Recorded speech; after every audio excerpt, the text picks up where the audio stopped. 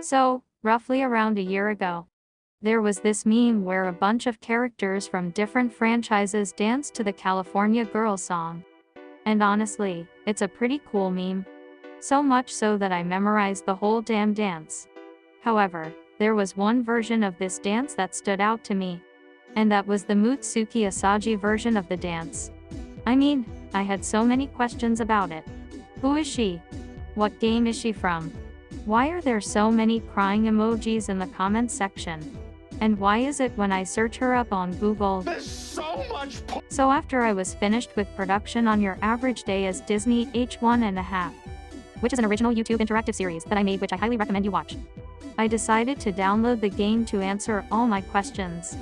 And it definitely wasn't because I wanted to see more Mutsuki, I swear. Before I downloaded the game, I saw a bit of the gameplay, and I was not a huge fan of it. Look, I've played Disney Heroes when it first came out. And the gameplay, it sucks. And that's a lot coming from a Disney fan.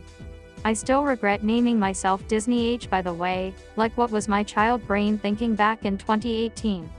So, I actually started playing Blue Archive. And boy, was I so dead wrong about it. Well, let's just say that I've been playing the game since August 9th, and have been playing it daily ever since. Shut the hell up, editor, this is why I don't pay you. But yeah, I'm absolutely flabbergasted at how much I enjoyed this game. It's probably my top 5 games, up there with games like Tale, Undertale and Deltarune. But then again, those are the only games I play because I'm always busy making videos. Anyway, before I start, I'd like to add a disclaimer. All of these are my opinions, and you can disagree with me all you want. Secondly, I'll be going off topic many times because it's a bad habit of mine. Third, I know most of my viewers are children. But Blue Archive isn't a kid's game, and has a lot of adult elements in it. Also, I'll be making a lot of sex jokes in this video, so continue at your own risk. Lastly, this will be a spoiler-free review. But if you want to be extra safe, I highly recommend you go to the description, and use the timestamps. Without further ado, let's discuss what makes Blue Archive so special to me. So at first, I was debating if I should put this segment into the video. But since I'm introducing this game to people who have never heard of Blue Archive, and because I have so much to talk about things outside of the actual game, I thought I might as well share it. Additionally, there are timestamps in the description for you to skip this segment, so I don't care. Anyway, I really like the promotions for Blue Archive. The PV videos are always such a delight, to be honest. I really like the Blue Canvas PV. It was one of the first few Blue Archive videos I saw after I started playing the game, and it's a video I constantly rewatch. There are also many other Blue Archive PV videos similar to the Blue Canvas one, but the Blue Canvas PV sticks out to me the most, probably because of the music, but that's for a different segment. Anyway, there are also Blue Archive advertisements that are literally anime episodes. Yeah, you heard me right. There are Blue Archive advertisements that are the same quality as anime episodes, and are free to watch on YouTube. Bonkers, innit?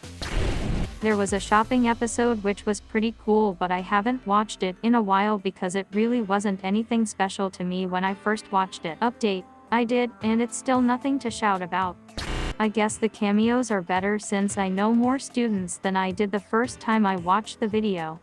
And also, I noticed the detail of Wakamo hiding in the background, which is cool. It kinda implies that maybe she was the one who hacked those robots, but IDK. Also, why are there robots in the mall when firstly, they get hacked easily by Wakamo, and secondly, they get defeated easily by 16-year-olds? Maybe I'm overthinking a simple advertisement, but it's nothing really good, and nothing too bad either. Also, there's no Mutsuki cameo. 0 out of 10. Clearly, the more superior animation was the one with the Game Development Club.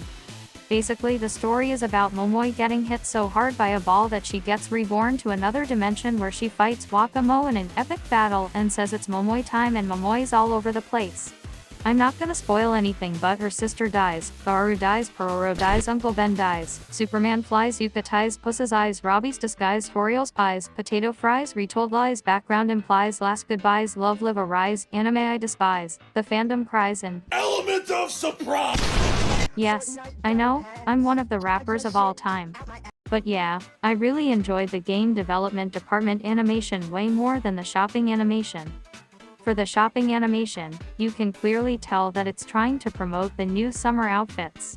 But for the based game development animation, it's promoting the game as a whole, which is much better in my opinion. I can confirm that this isn't biasy towards the game development club because I like both Abitos and the game development club equally. Adding on, the fights are also way more engaging than the fight scenes in the shopping animation. Not saying that the shopping animation's fight scenes are bad, but just look at this and tell me that this isn't better than whatever that previous clip was. Not to mention, the story in the game development animation is just better. For the shopping animation, shit just happens because content. But for the game development animation, it's easy for both fans and non-fans of Blue Archive to understand what's going on. Lastly, the cameos. The cameos in the gaming animation is just so much better because there's a more diverse cast, and it makes sense in the context of the video. We have characters from Scale, Obito's Trinity, and even Mutsuki. Now that's how you know this is a good advertisement. Overall, both animations are cool in their own way, it's just that one is significantly better than the other. If this is the type of quality that we'll be getting for the upcoming Blue Archive anime, I'm hyped as hell. Anyway, there is one problem all these animations face, and that's the fact that all the PV videos have different art styles. Like, this is Shiroko across 4 different PV videos. And to further prove my point, this is how Arona looks in 2 different PV videos. This crap looks like something straight out of Disney Den's thumbnails. Do you see the difference? Well, you don't see it? However, one type of advertisement for Blue Archive doesn't have this type of problem. It's whatever this is. I DK what they're called, so I'll just call them the Blue Archive VTuber videos. My favorite VTuber Blue Archive video is the Halo Festival one. In this video, Yuka, Eris Hifumi, and that one ninja girl whom I won't bother to search her name up, are all participating in a competition. Now, I like this video because it allows good character interactions. I never got Hifumi and Yuka would ever interact, but they did in this video, and it's wholesome as heck. Also, I just love the cameos from other characters. I liked Arona as much as I did in her Arona channel videos, which we'll get back to later. I also like how Aru did her iconic pose as a nod to the actual game. But by far, the best cameo was the random appearance from Shiroko. She just appears out of nowhere, it's hilarious. Her Oro dying is also just as hilarious. I also really liked the other idol video where they're all idols and the ninja girl is replaced with a more superior Aru. And also Kiroro clips into the floor. I don't really quite care, but Yuka, Eris Hifumi and Aru easily solo Photon Maiden, of course Leela, every band from Bang Dream and even Hoshino Ai. Except for Muse, though Nozomi Tojo cannot be topped.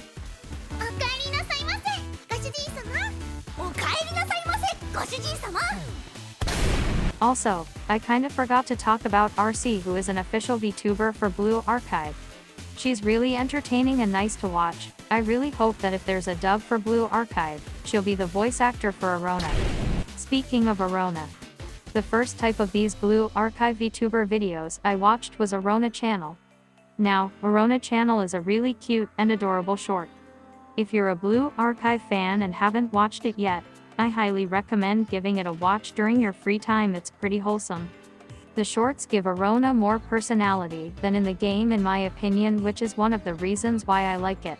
The other shorts are also really cute too, and the interactions are just as wholesome, but Arona Channel is just cuter and way more iconic. For example, Arona Channel is the place where the Scribble Sensei first appeared. Yeah, that's right. This thing that has become a staple of the fandom originated from Arona Channel. Speaking of fandom, that leads me to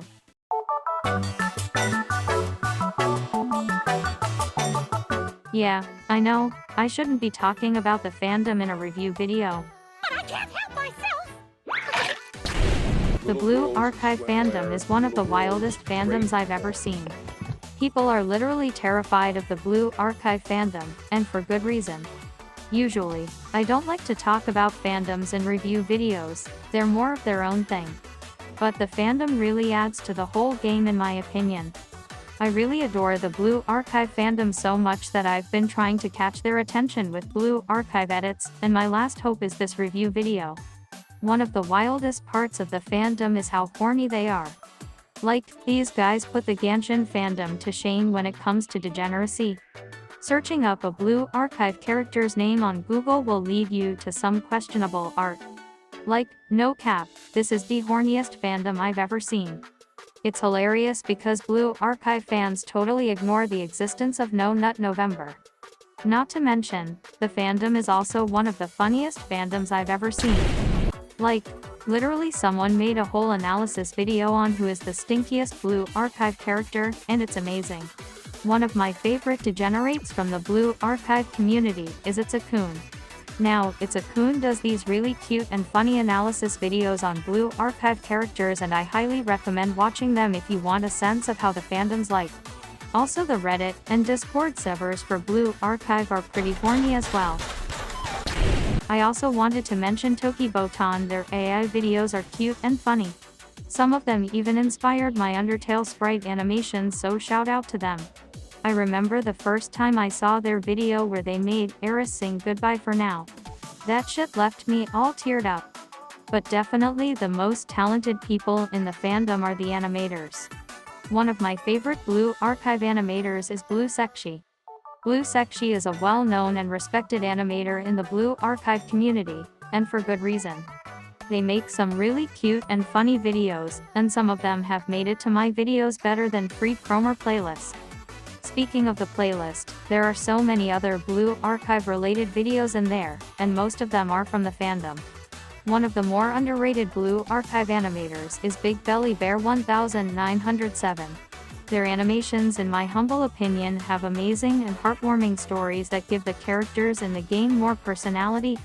I still remember that during my half-a-month hiatus, which was a very stressful part of the year because of work outside YouTube, and some of their videos got taken down, and I was devastated. But their videos came back. And everything was lovely once again. Wonderful. Disney H, are you being sponsored by those YouTubers? Ha ha ha ha ha, I wish. But yeah, the fandom is really fun. If you kinda think of it, the fandom indirectly led me to play the game. Because Mutsuki dancing, and her questionable fan art online were the reasons why I played the game, so yeah. Overall, the Blue Archive fandom is definitely one of my favorite fandoms. Unfortunately, I do have one problem with the fandom. And that's character flanderization. Of course, this isn't Undertale levels of character flanderization, but it definitely bugs me. There are some examples like Mutsuki, Naru, Yuka Kotori, and many more. Speaking of the negative things about the fandom, this leads me to blue, which means a color intermediate between green and violet, as of the sky or sea on a sunny day. Archive, which means a collection of historical documents or records providing information about a place, institution, or group of people. Now answer me this. Where the hell do these things happen in the game? I guess I can slightly understand why there's a blue, because the game is mostly blue. But what are you archiving?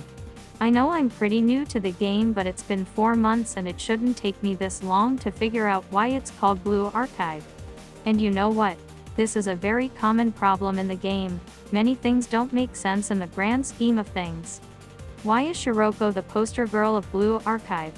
Like, I get why Arona is the second poster girl of the game, but Shiroko's makes no sense. I finished the whole Obito story and all the relationship stories with Shiroko, and Shiroko gets very little screen time. Her relationship stories literally last less than 30 seconds, and yet she's the icon image for the game. Arona, also being the poster girl, is also confusing, but not as bad. She's poster girl because she's the menu girl, and she's unplayable, and she's blue. And she's the one who brings us the paper for the gacha pulls, and she's cute, and also plana. But that's not saying much. But seriously though, she isn't all that important to the overarching story of Blue Archive. Arona is still a good mascot. I just wish she had more involvement in the story. But going back to the topic of Shiroko, I think Yuka is a better mascot for Blue Archive than her.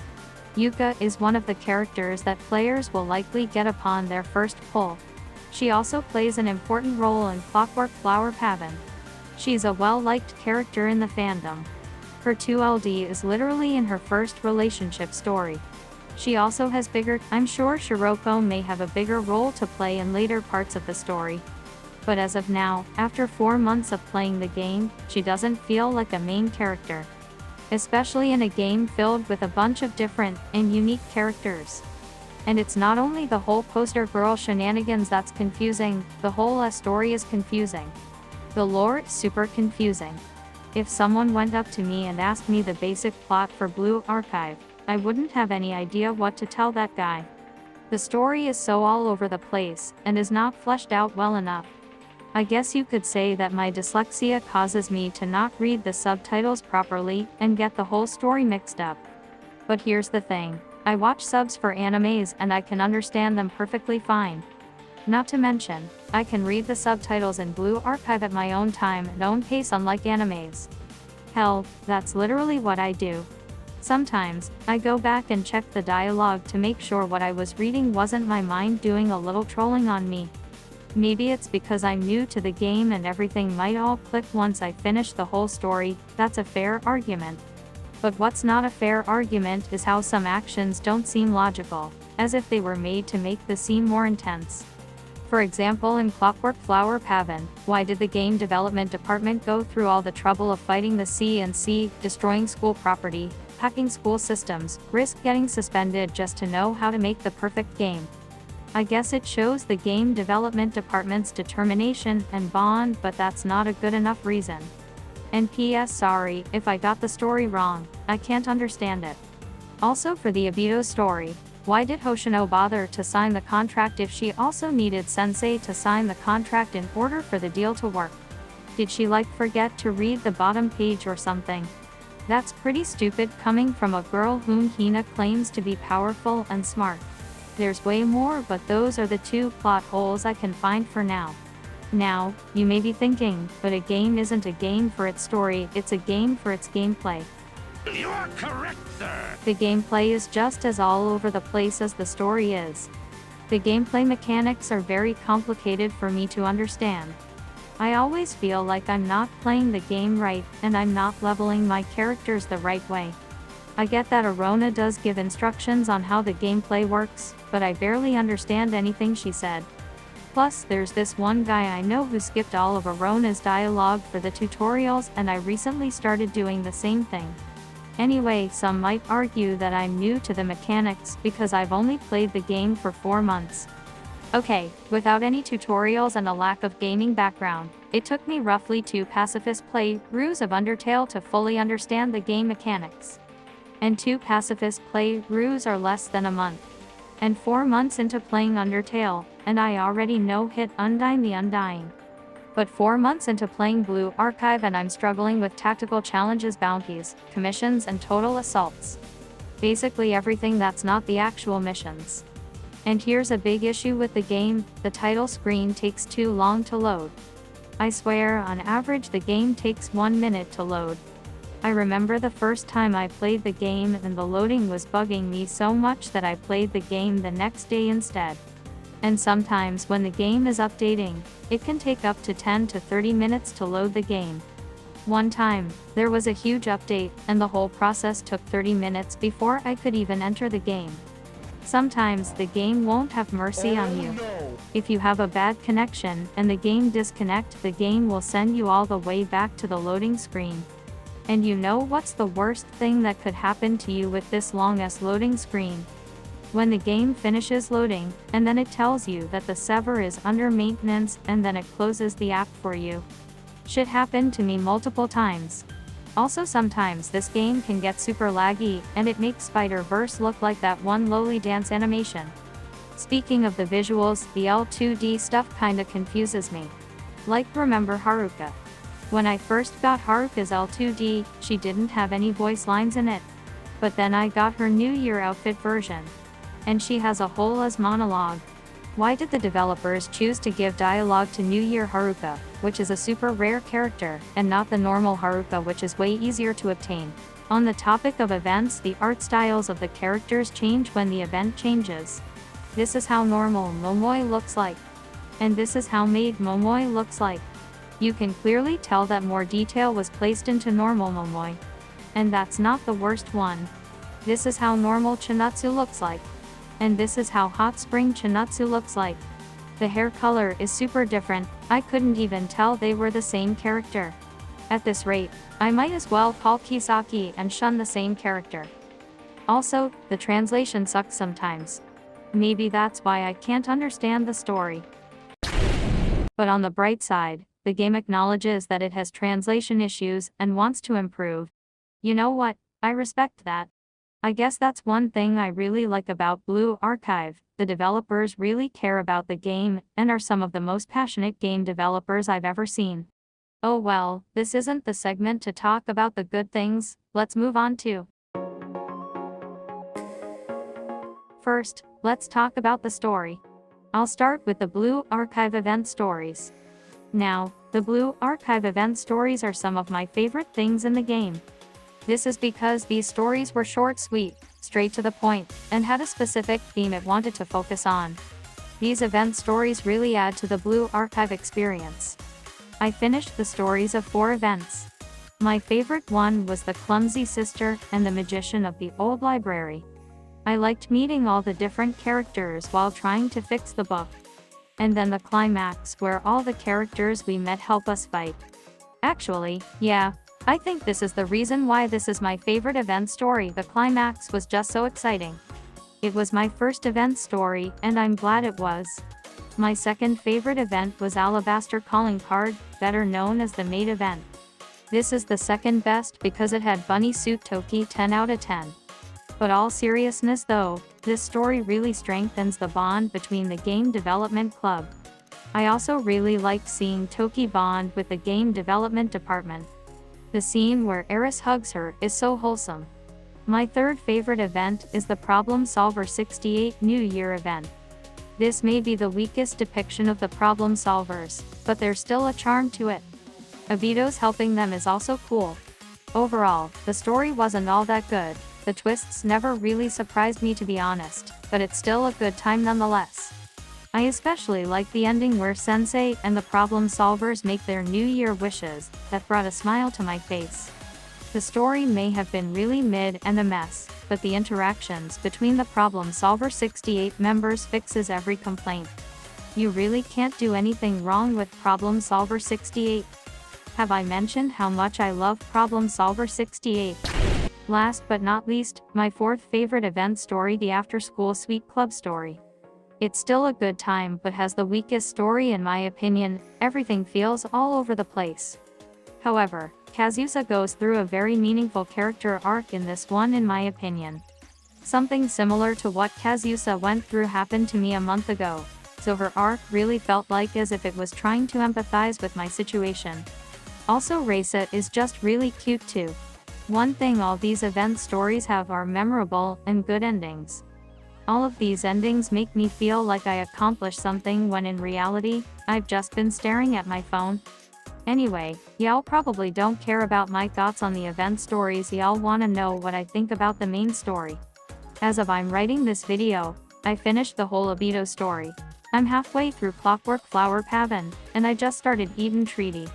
Let's start with the one I know about the least first, Eden Treaty. Although Trinity isn't my favorite, I'm starting to get used to the vibe of the whole thing. I'm also starting to become more attached to the makeup work club. But Mika is the best character, change my mind. So update, I finished the first quarter of Eden Treaty. And it's super well written. Each character's struggles are shown very clearly. I can see Hifumi trying to do her best to be a good leader, and I don't know which character could be the twist villain. Like, that's the wildest thing. I don't know who to trust in the entire story. Ignore whatever bad shit I said about Eden Treaty, this crap is genuinely starting to catch my attention. Okay, now back to the original script. Next, let's talk about the Clockwork Flower Pavan. Holy crap, this might be my favorite one out of the 3 so far. The game development department is just such a fun and wholesome gang, their chemistry works super well. Remember how just now, I talked about how the game development department risked getting into trouble just to make a good game? Well, all that criticism doesn't matter anymore because the heist they went through was actually intense. That's actually the thing about most of my previous criticisms, they all don't matter as they add to the game. For example, the Obito story. Remember how I talked about how Hoshino was dumb for not knowing that she also needed Sensei's signature? Well, the reveal that the contract needed Sensei's signature genuinely surprised me. I got Hoshino couldn't be saved. Also, when Sensei pulled his credit card to fight Black Suit, I knew shit was getting serious. Also, Obito saving Hoshino was just so epic and cool. I loved the determination shown by both Obitos and Sensei to get Hoshino back, got me hyped. Not to mention how the prefect team Hifumi and the problem solvers also went to help save Hoshino. Yeah, shit makes Endgame look dumb. Speaking of Problem Solver 68, they were such a good antagonist at the start. Have I mentioned yet that I love Problem Solver 68? Remember my negative comment that the story is all over the place? Well, that too doesn't matter anymore because whenever the story whacks you with a slow and emotional moment immediately right after an intense battle, it hits way harder than other emotional moments in other media because of Blue Archive's tonal whiplash. The ending where they started playing Target for Love, and then Hoshino said I'm home. That gave me feels. Why is this game so good? The last type of stories are the relationship stories. In these stories you hang out with students. It isn't my favorite type of story from Blue Archive, but it really gives more depth to many Blue Archive characters. For Race's relationship stories, you can see her trying to improve on her character after the whole sweet secrets and shootouts drama. It's a really cool touch, and I'm glad they did that. Another one I like is Chinatsu's relationship stories. They really show the more vulnerable part of her. And when I mean vulnerable, I mean horny. On the topic of horny, Asuna also has some really nice relationship stories. I wasn't a fan of her at first because she's very useless in battle, and you can clearly tell she is objectifying women.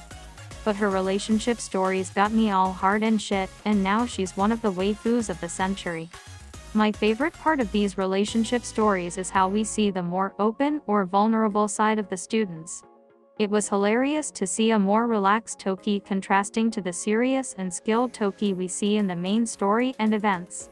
It's nice to see Yuka playing board games and not nagging at you for your poor financial decisions. It's nice to see Hoshino fanboy about fish in front of us. It was the most energetic I've ever seen Hoshino, and I couldn't be happier. Although, It should have been me, not him! It's not fair! definitely the best part of the relationship stories are the L2D stuff. The L2D has some of the best art designs I've seen of characters. It makes ugly characters look good and makes good-looking characters look even better. And the background designs in some of these are just stunning. Speaking of the visuals of the L2D, how's about we talk about the visuals in the game in general? The visuals of Blue Archive are some of the best visuals I've seen in any game.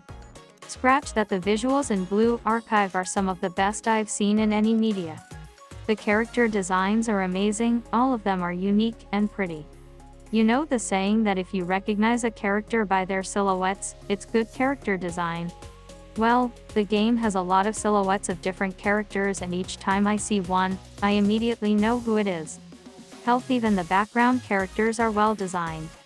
There are these thugs in the game who don't have names, but their designs are so sick and distinct. Heck, I saw some fan art about them, so that's how you know it's good. Why did they have to go so hard on the character designs though? And it's not only the character designs that go hard, the frigging backgrounds go hard as well. The world building is amazing. A futuristic city with cool technology and unique features. The world of Kibutos has so much creativity, I might even say that its world building is better than Lycoris Recoil. Don't get me wrong, I adore Lycoris Recoil, the fight scenes and background designs are good, and it has an epic story. But the world building pales in comparison to Blue Archive. Both are about schoolgirls having guns. But Lycoris Recoil doesn't do anything special. it's just girls with guns in a normal city.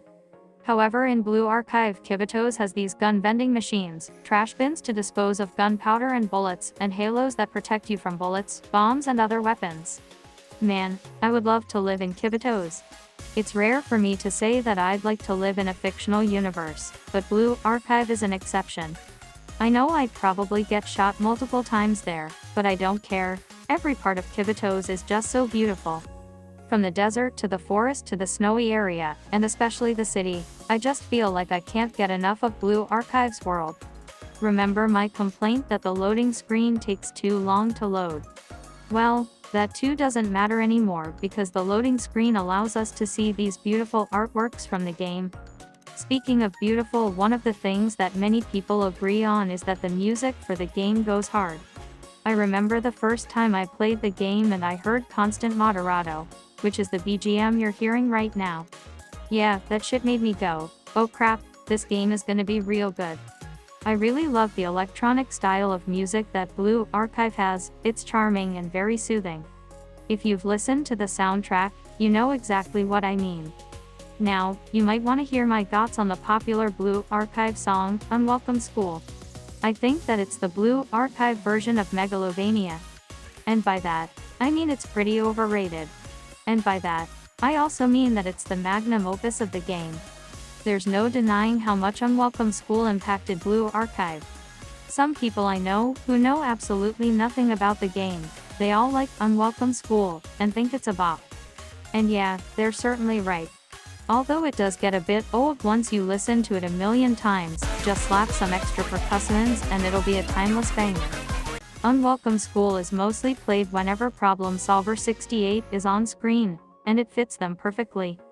Have I mentioned yet how much I love Problem Solver 68?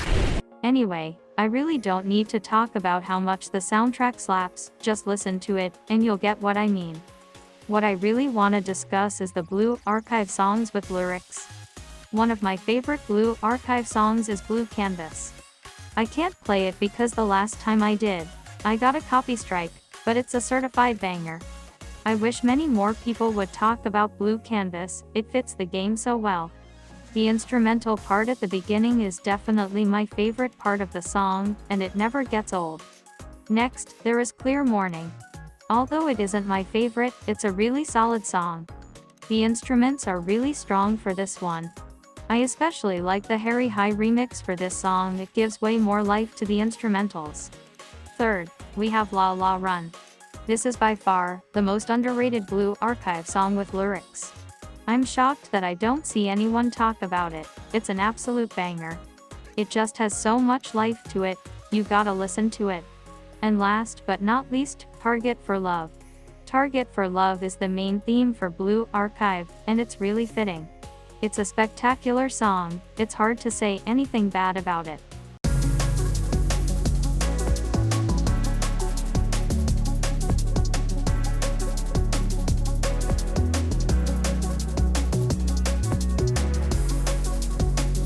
Overall, the soundtrack is nice, and I completely understand the hype behind it, it's just that good. The last thing I want to talk about is the gameplay.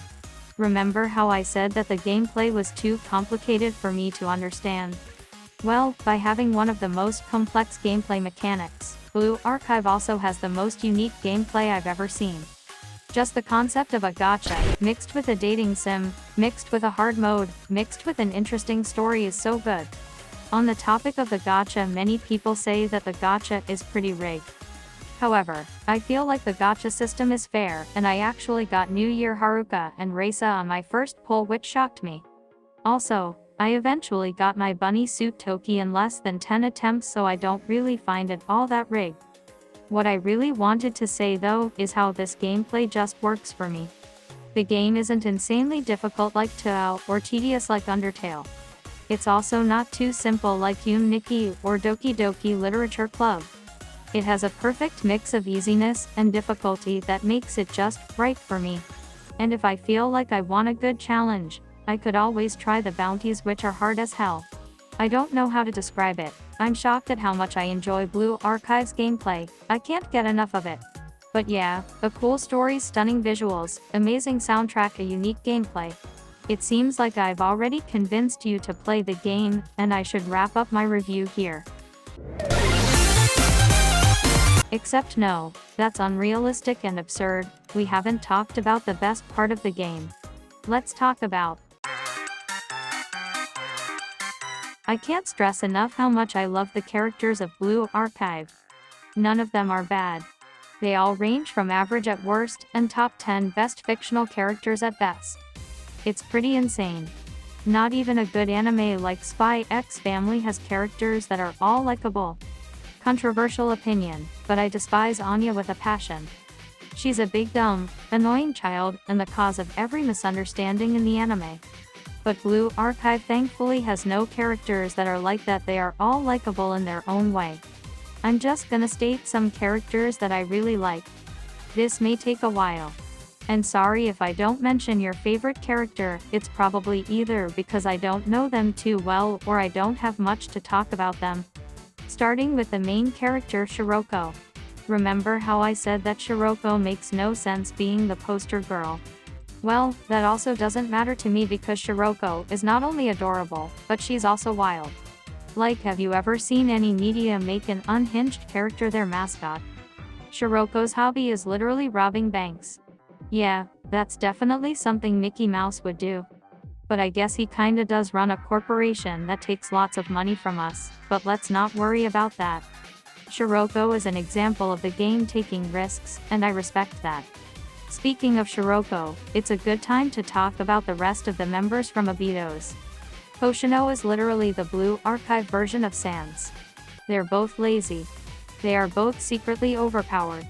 They have connections to a mysterious character. They both have tragic past. They both are short. Hoshino has blue and yellow eyes similar to Sans's blue and yellow eyes. They are both secretly really fast and really smart. Both of their respective games have fandoms that people don't like. It's as if they're the same character. Now, Sans is my favorite character in the entirety of the canon Undertale game. Emphasis on canon, I frigging hate Fanon Sans. And Hoshino, who is literally the same character, isn't even in my top 10 favorite Blue Archive characters. That's how good this game's cast of characters are. My favorite Undertale character isn't close to being my favorite character in Blue Archive.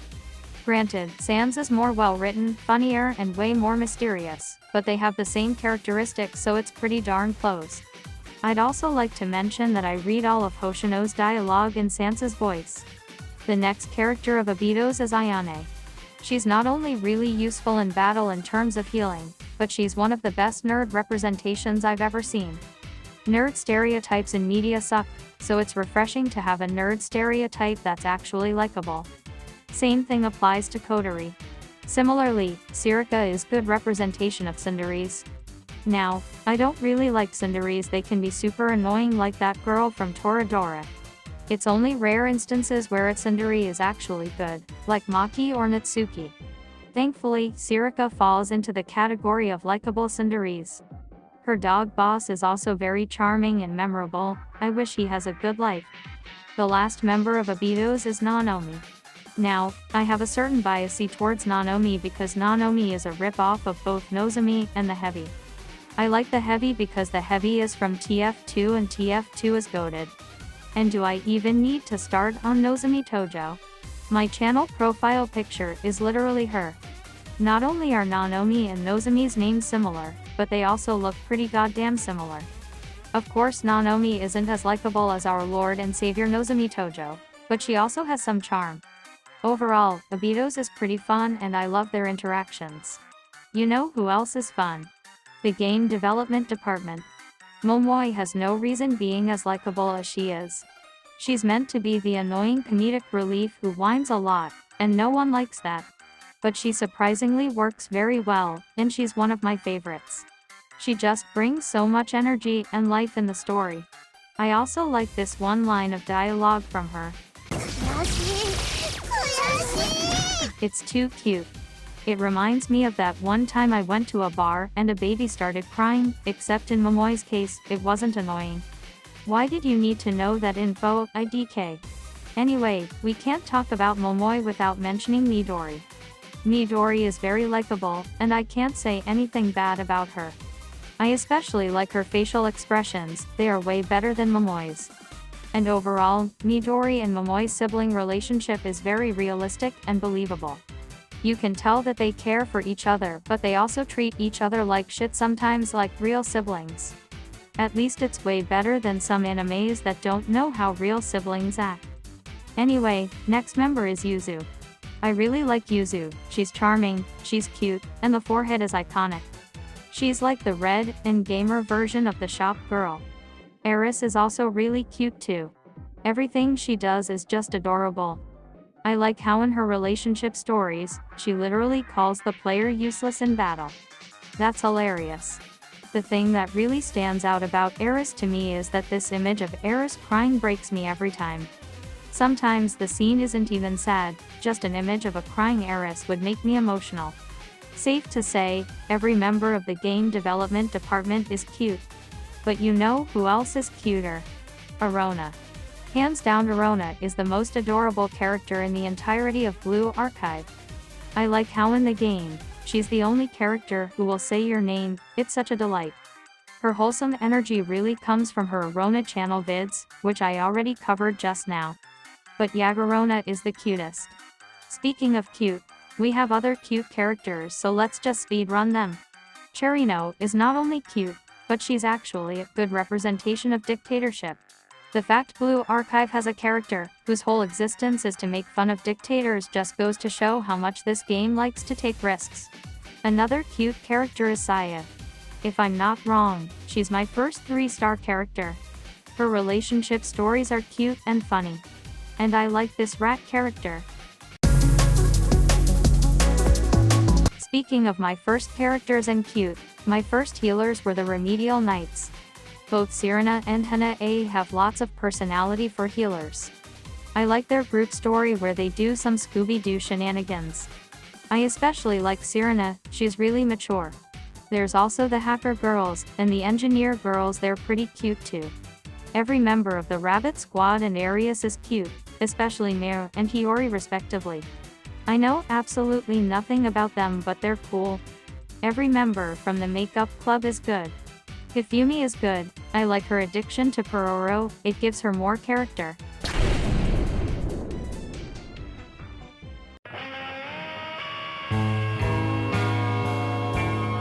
But Koharu is the best one, don't at me. The Fuka girl has a really good L2D. Hey, Fuka rhymes with Yuka, so let's talk about her. There's a reason why the fandom likes Yuka, she's fun and one of my favorites. Just like Sirena, there is a sense of maturity in her. She also has fun interactions with the game development department, so that's a plus. And we can't mention Yuka without mentioning Koyuki. She's adorable, obviously. And we can't mention Koyuki without mentioning Reisa. I don't think I mentioned this, but the only reason why I pulled for Reisa is because her voice was cute. Also, Uzawa is just a really cute name. Speaking of voice acting, every character in Blue Archive has a really fitting voice, and all the voice actors did a really good job voicing all of them. Except maybe Shizuko, her voice acting is good but her voice doesn't fit her at all. She's supposed to be this popular servant or something along the lines of that, but she sounds like Yusada Pokora of all people.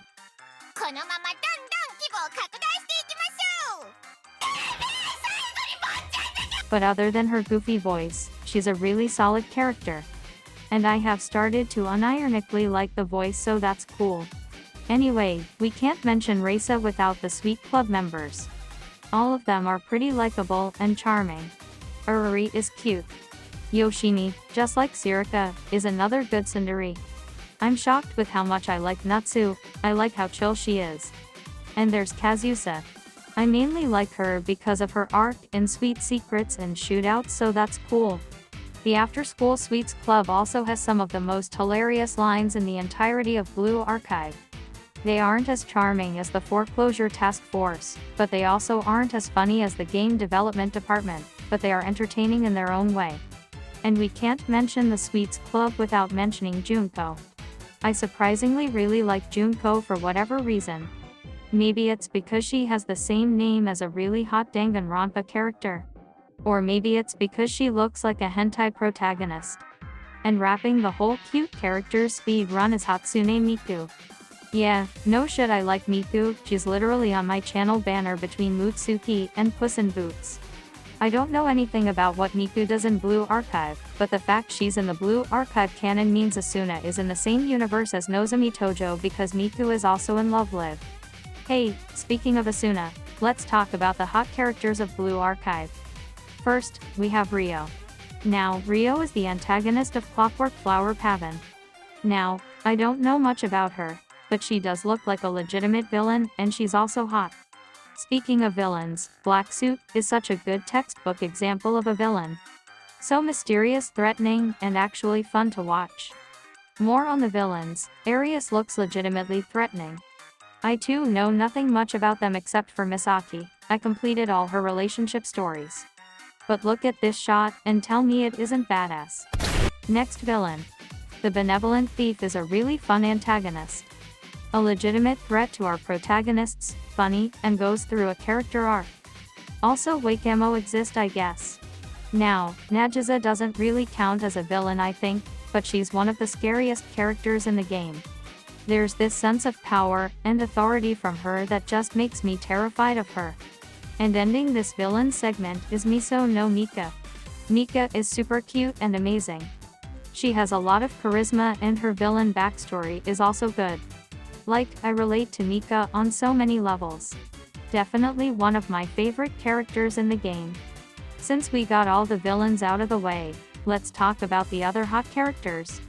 Moving on, we have Suzumi and Hasumi, who were some of my first few characters. Suzumi is really chill, and has a beautiful L2D. Hasumi is really chill, and has a beautiful L2D.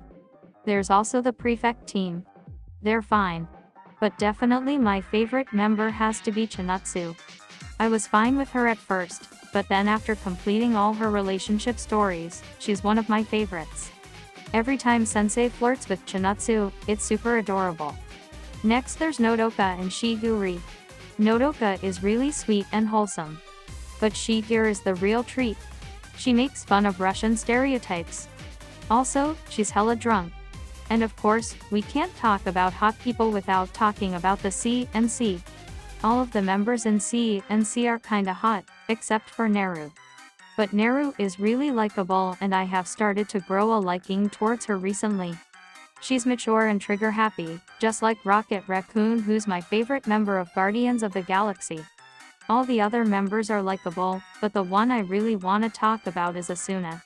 Now, everybody's horny for Asuna. The whole fandom is so down bad for her. Even my top commenter who had never played Blue Archive is down bad for her. But yeah, Asuna is really sweet, really cute, and really hot. But not as hot as Toki. Toki Asuma might be, in my opinion, the hottest fictional character in existence. From her hairstyle, to her expressions, to her figure, to her eyes, and her personality. Yeah, everything about Toki just works for me. But why does she have to be 16 years old though?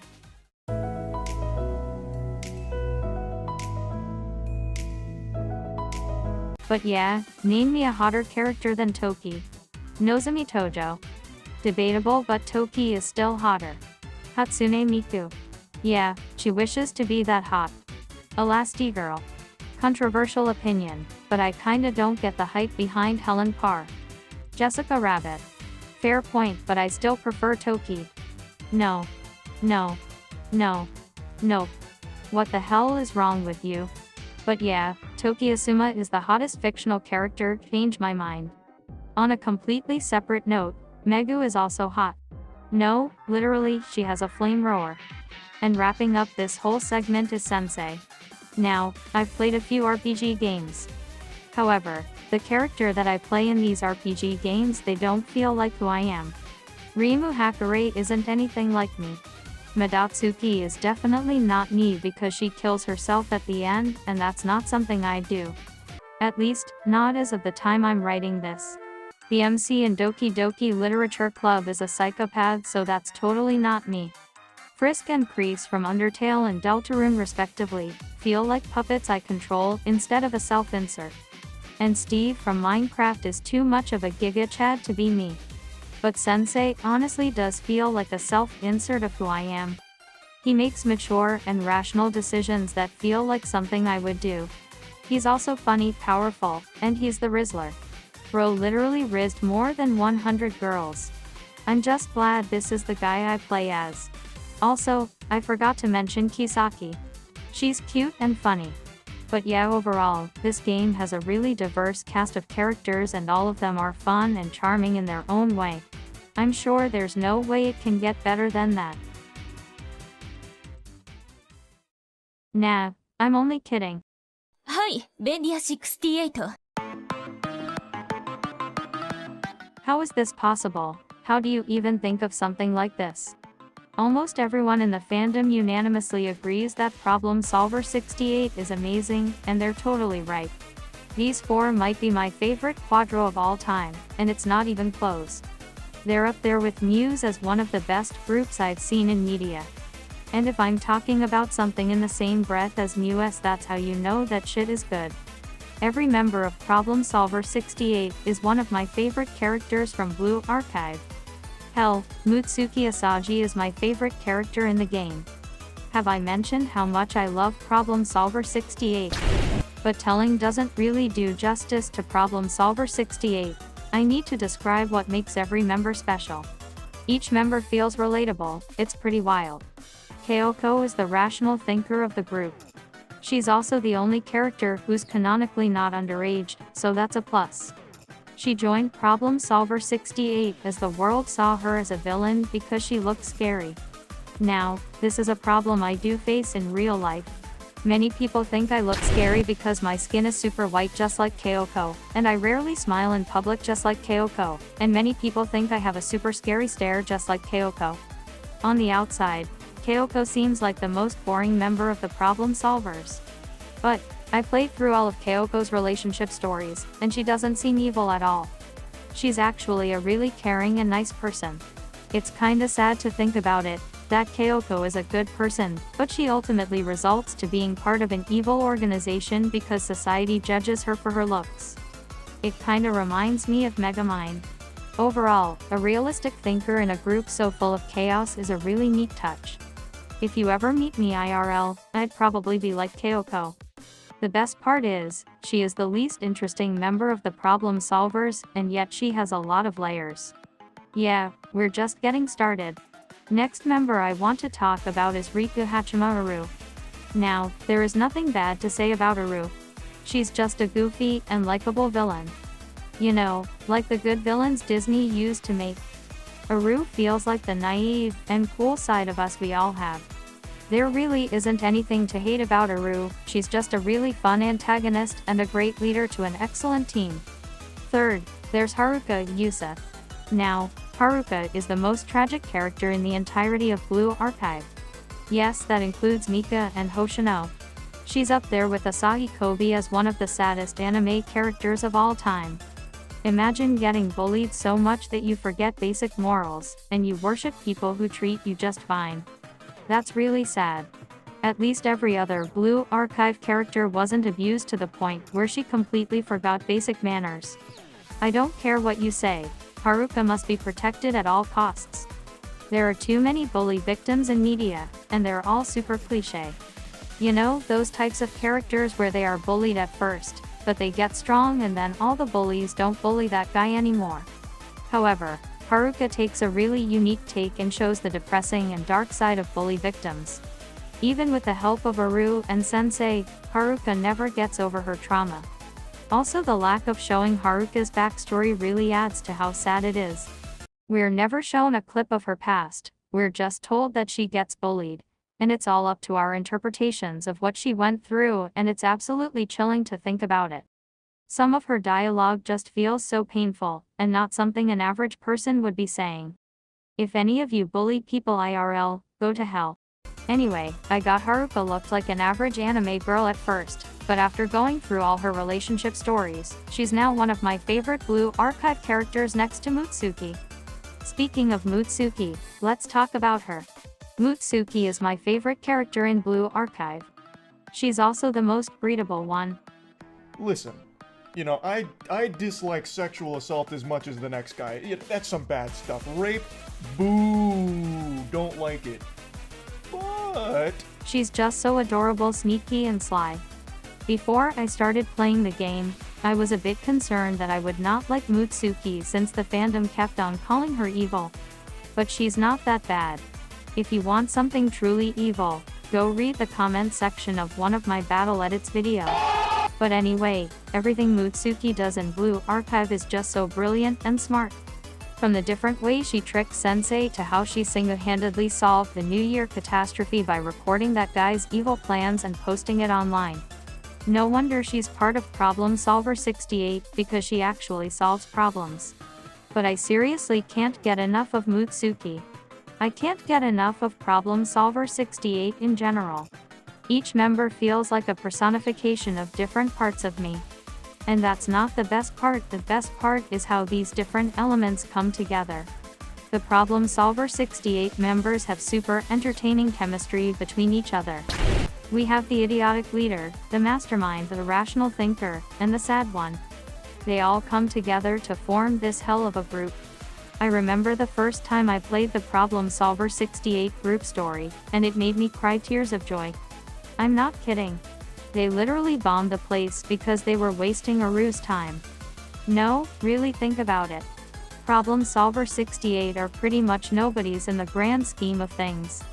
They were made because Aru wants to be the best villain in the world, and every other member is an outcast to society. And yet, these outcasts to society can accomplish great things like bombing an auction place. It was cool, badass, trigger-happy, funny, and really solidified Problem Solver 68 as threats.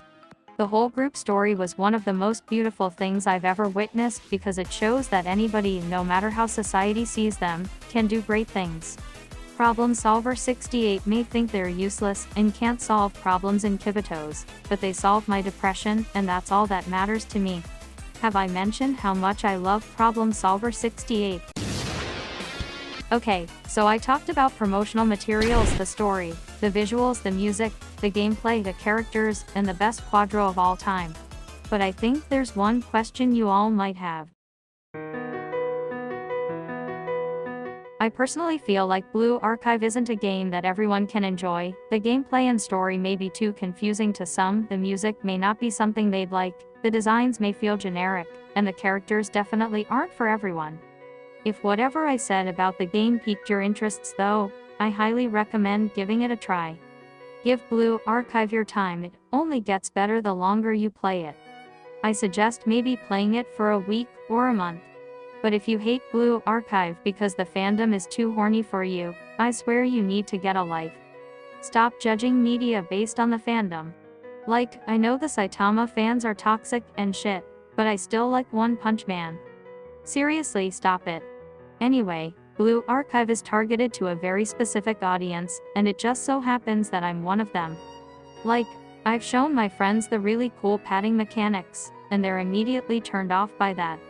Yeah, I have been made fun of a bit for liking the game, and I'm sure everyone who's played Blue Archive has experienced something like that. But all honesty, who's to decide what we like? If there's something you're passionate about, you're the only one who knows how to enjoy it the most. I saw this comment on one of my polls several days ago, and it kinda pisses me off. A bad opinion and an unpopular opinion are two very different things. Unless your opinions are hurting someone physically or mentally, there's no such thing as a bad opinion. It's okay not to like Nozomi Tojo. It's perfectly fine not to like Puss in Boots: The Last Wish. It's perfectly fine to think that Spider-Man: No Way Home is better than the Spider-Verse films. It's fine to hate the quintessential quintuplets. It's alright to not like anime. It's perfectly fine to think that the original To the Bone video is better than the remastered one. And yes, I think you all know I hate Demon Slayer, but it's perfectly fine to like it as long as you're not forcing others to like it. And of course, it's perfectly fine to not like Blue Archive too. Truth be told, all opinions are valid if you don't force it on others or are opinions that are harmful to yourself and others. Just follow what you believe in. I started my YouTube career all the way back in 2019, and I had less than 200 subscribers at the start of this year. In addition, there were a lot of people who kept on telling me that I should quit making YouTube videos. But then I did what I believed in, I did what I thought was gonna benefit the channel, and I have more than 13,000 subscribers as of I'm writing this. Yeah, those people who told me to quit YouTube, they're now keeping their mouths shut. Of course, this all wouldn't be possible without y'all.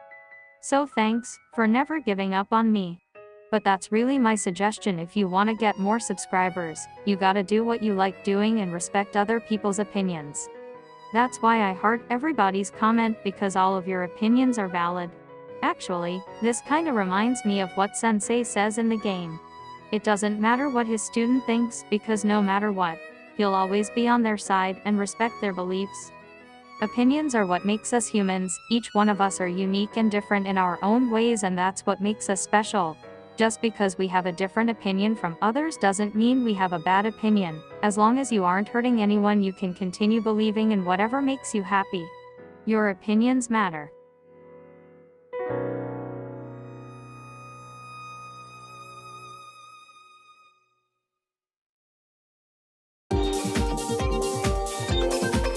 Wow, Blue Archive is truly something special.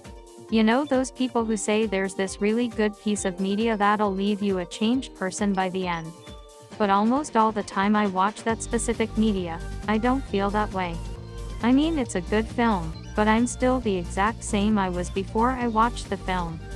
However, Blue Archive is a piece of media that I can safely say it changed me as a person. Interacting with the different students in the game has led me to realize that everyone has their own problems, and each one of us are human. I find it quite weird. There are so many movies that try to be very emotional. For example, Puss in Boots: The Last Wish, or Spider-Verse, and every new Pixar movie. They do have good emotional moments, but they don't actually make me cry. But Blue Archive has made me cry multiple times. The emotional moments of the game just work for me, because they aren't forcing it down that it is an emotional moment, they just let the scene play out normally. And it's not just the emotional moments that are good, the characters, gameplay, music, and art style all work for me. The thing I can see from this game is that the developers put in a shit ton of effort into this game. You can tell they genuinely care about Blue Archive, and are willing to do better. Actually, I think I found out one of the reasons why this game is so special to me: it takes risks. It takes risks by creating one of the most unique mechanics, by writing one of the most complex stories, and being a super unique game I've never seen before. Too many movies and shows today don't like to take risks because they're afraid if they do something different, it won't make a profit. But Blue Archive doesn't care about making a profit, it cares about audience satisfaction, and that alone deserves all my respect. If I were to look at the game in a critic's perspective, the game would be an 8 out of 10 because it's not for everyone, or it may even be a 7 out of 10 because the game has a few problems. But in my eyes, this game is a solid 9 out of 10. Yeah, that's the highest I've ever rated a game. Objectively, Undertale, Deltarune, and Tao are better than Blue Archive. But Blue Archive is more fun than all of those other games. And I was always more of a Blue Archive person. Like what I said earlier, most of the negative things I said about the game don't bother me. It's fun, it's sweet, it's cute, it's one hell of a time. It's Blue Archive. If you have some time, be sure to check it out, maybe you'll enjoy it. And if you made it this far, thank you so much for staying till the end. Thanks for watching, and good night, Kibitos.